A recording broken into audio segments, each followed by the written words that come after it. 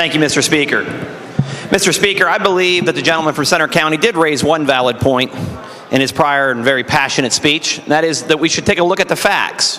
Mr. Speaker, I would agree with that. Let's briefly review the facts that we have before us. Mr. Speaker, there have been fraudulent registrations in the Commonwealth. There have been prosecutions that have resulted from that. There have been fraudulent elections in the Commonwealth, and there have been elections that have been overturned as a result of that. And finally, Mr. Speaker, the other fact that remains is, as a Commonwealth, we are required to ensure the integrity of every voter's vote. Mr. Speaker, previously the gentleman from the Lehigh Valley gave an exhaustive list of those items that require the use of photo ID. Mr. Speaker, some of them, as pointed out by the gentleman from Allegheny County, were correctly identified as privileges. However, he erroneously assumed that no constitutional rights were mentioned in there. Mr. Speaker, I heard the Second Amendment mentioned twice when it comes to purchase a firearm, as well as the requirement to apply for a concealed carry permit. At least in my home county, you are required to provide photo identification. Mr. Speaker, that is a fundamental constitutional right, just like voting, and there is an example where we are required to provide photographic ID. Mr. Speaker, furthermore, we've heard a lot of passionate speeches regarding those individuals who might not have access to a valid form of ID. Mr. Speaker, when we have shifted the debate to what forms of ID are valid versus not, I can only assume then that some people do in fact believe that a photo ID or another form of ID are required.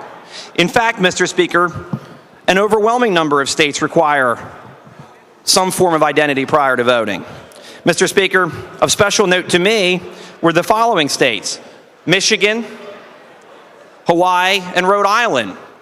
Certainly not the right-wing conspiracy that's been painted by some here that this is somehow a conservative agenda that is being advanced. Mr. Speaker, Rhode Island just recently passed their law. Granted, it's a two-part series. The first part requires ID, and the photo ID will not be required until 2014.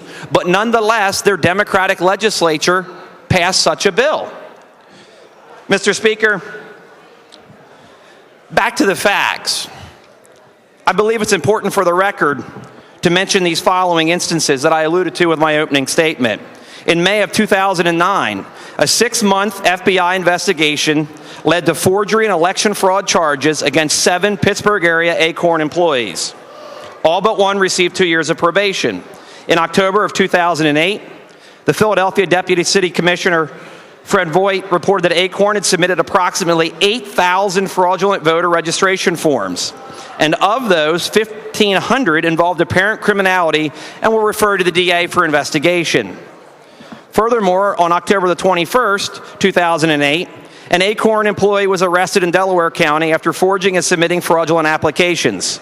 He was charged with 108 counts of forgery, theft, and records tampering. He pled guilty and was sentenced to 6 to 23 months of house arrest. And also in 2008, October, an Acorn canvasser was arrested in York after he was found to have submitted more than 100 fraudulent Mr. Speaker.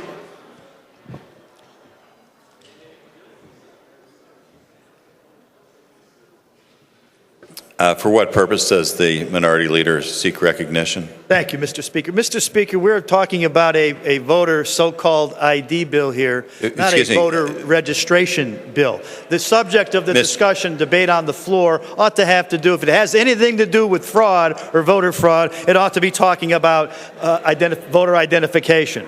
Nothing to do with registration. This bill has nothing to do with that.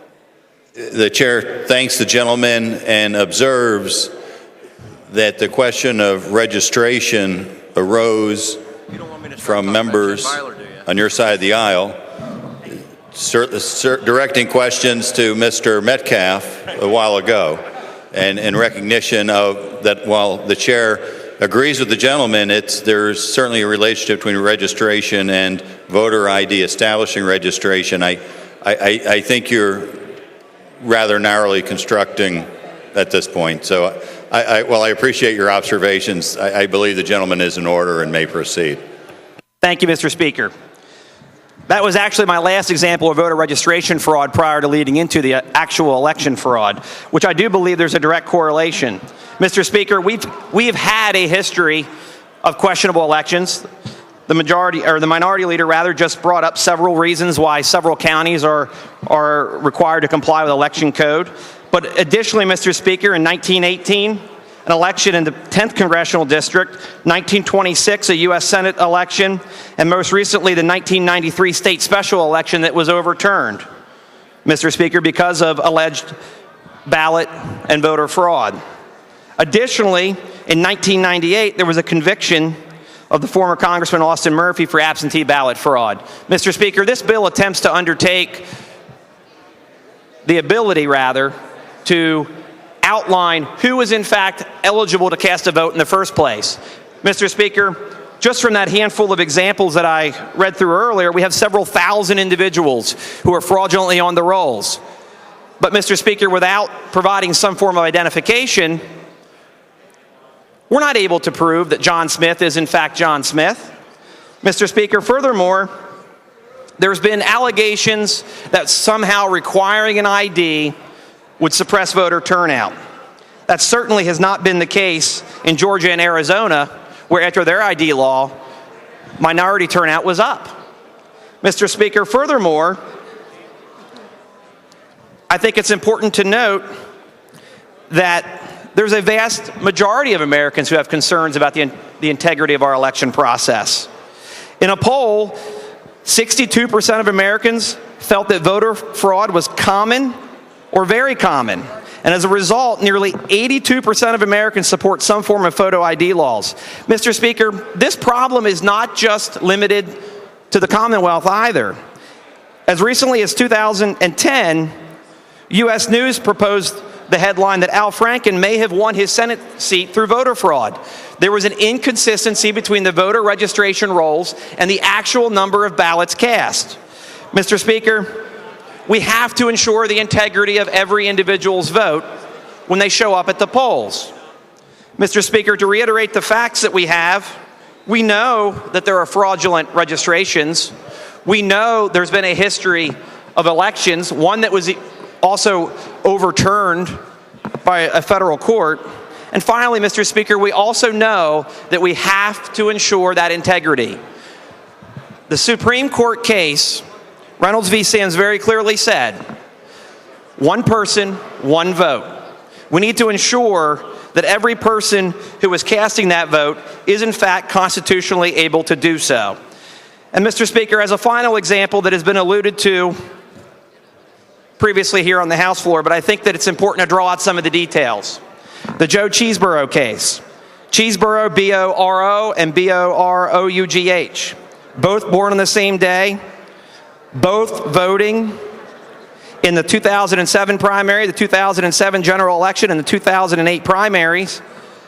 Both phone numbers being disconnected, and both residences not in fact residences. One is a vacant lot, one is a 7-Eleven that does not have living quarters. Mr. Speaker, it's interesting to follow this particular case because it's not a typographical error. There have been times when each one of them rather have voted. There have also been times where they each individually voted, most recently in a February 2011 election, as well as November the 2nd, 2010 for the longer borough spelling. Mr. Speaker, what's really of interest is this particular case was so egregious that they've labeled the registration inactive and will require him to show photo ID if and when he shows up.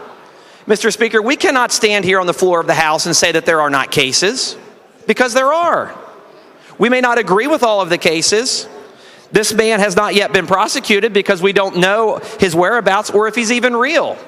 But Mr. Speaker, to have the case where we know that we have people on the voter rolls that are not eligible voters causes a sincere flaw in our voting registration system. I believe the best way to address this flaw is to require identification, just like we do for other constitutional rights, just like I have to do when I want to exercise my Second Amendment right to purchase a firearm or to get a concealed carry permit. Thank you, Mr. Speaker.